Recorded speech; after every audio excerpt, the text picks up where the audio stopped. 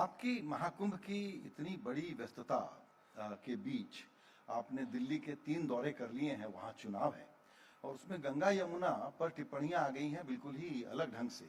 मैं इस पर आपके अब ताज़ा विचार जानना चाहता हूं, क्योंकि वहां पर पूर्वांचलियों के बारे में भी काफ़ी बातें हुई।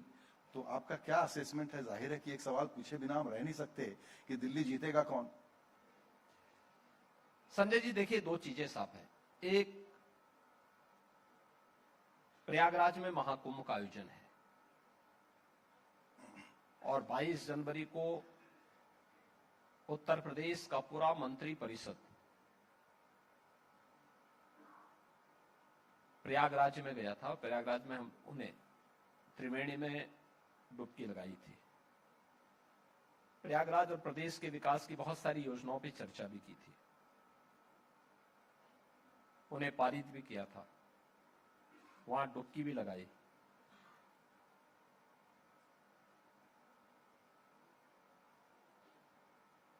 प्रयागराज में जो प्रयास हुए हैं, उत्तर प्रदेश के अंदर जो प्रयास हुए हैं, हमें जाना पड़ेगा 2013 में। 13 के अंदर प्रयागराज में कुंभ का आयोजन था और उस समय जो दुर्व्यवस्था थी, आयोजन की प्रति मंशा क्या है। देखिए, इतने बड़े आयोजन के पीछे अगर व्यक्ति की श्रद्धा नहीं है तो उस आयोजन को सफलतापूर्वक आगे नहीं बढ़ा सकता। दुर्भाग्य से तत्कालीन सरकार ने जिन लोगों के हाथों में व्यवस्था दी थी, क्योंकि तत्कालीन मुख्यमंत्री के पास इतना समय नहीं होता था कि वह इन विषयों को एक बार गंभीरता से देख लें। प्रदेश की इज्जत का प्रश्न होता है, शासन पर सवाल खड़े होते हैं, लेकिन इसके लिए समय निकालना होता है। जब व्यक्ति 11 बजे 12 बजे सो के उठेगा, शाम 5 बजे फिर अपनी महफिल में बैठ जाएगा, तो कहां से फुर्सत मिलेगी। नाम लेके ही बता दें। और उस समय जिन लोगों के हाथों में कुंभ की व्यवस्था दी थी, तो कुंभ के प्रति उनकी कोई आस्था तो थी नहीं। तो स्वाभाविक रूप से पूरे कुंभ को अव्यवस्था का एक उन्होंने जरिया बना दिया था, माध्यम बना दिया था। एक घटना पर्याप्त है इसको समझने के लिए कि क्या स्थिति इन्होंने की थी। मॉरिशस के माननीय प्रधानमंत्री जी आए थे कुंभ में स्नान के लिए बड़ी श्रद्धा के साथ, लेकिन जब उन्होंने संगम नोच पे जाकर के गंदगी देखी, दुर्व्यवस्था देखी, दूर से प्रणाम करके उनकी आंखों में आंसू थे कि क्या यही गंगा है, और प्रणाम करके वे निकल गए, स्नान नहीं कर पाए। देखिए, मुझे याद है जब 2019 में प्रयागराज कुंभ के आयोजन के साथ हमें जुड़ने का अवसर प्राप्त हुआ। कुंभ के ठीक पहले वाराणसी में प्रवासी भारतीय दिवस का आयोजन किया गया था। प्रवासी भारतीय दिवस के दौरान मॉरिशस के प्रधानमंत्री जी आए थे और मैंने उनसे अनुरोध किया। मैंने कहा, आप यहां आए हैं, प्रयागराज में कुंभ चल रहा है, अगर आप भी संगम में स्नान करें, क्योंकि उनके साथ एक बड़ी टीम आई थी, अच्छा रहेगा, क्योंकि सबकी इच्छा है। क्योंकि मॉरिशस एक ऐसा देश है जिसने गंगा की स्मृति को अपने यहां एक बड़े तालाब के रूप में, उसका नाम गंगा तालाब रख करके उस स्मृति को जीवंत बनाए रखा हुआ है, और बहुत ताजा, स्वच्छ और मीठा जल उस तालाब में मिलता है लोगों को। लोगों की अपनी अपनी मान्यता है वहां पे।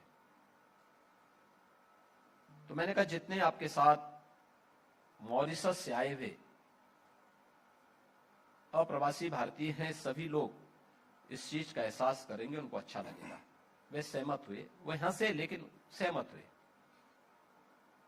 प्रयागराज आए। उन्होंने वहां की अविरलता और निर्मलता को देखा और अपनी पूरी टीम के साथ उन्होंने संगम में स्नान किया।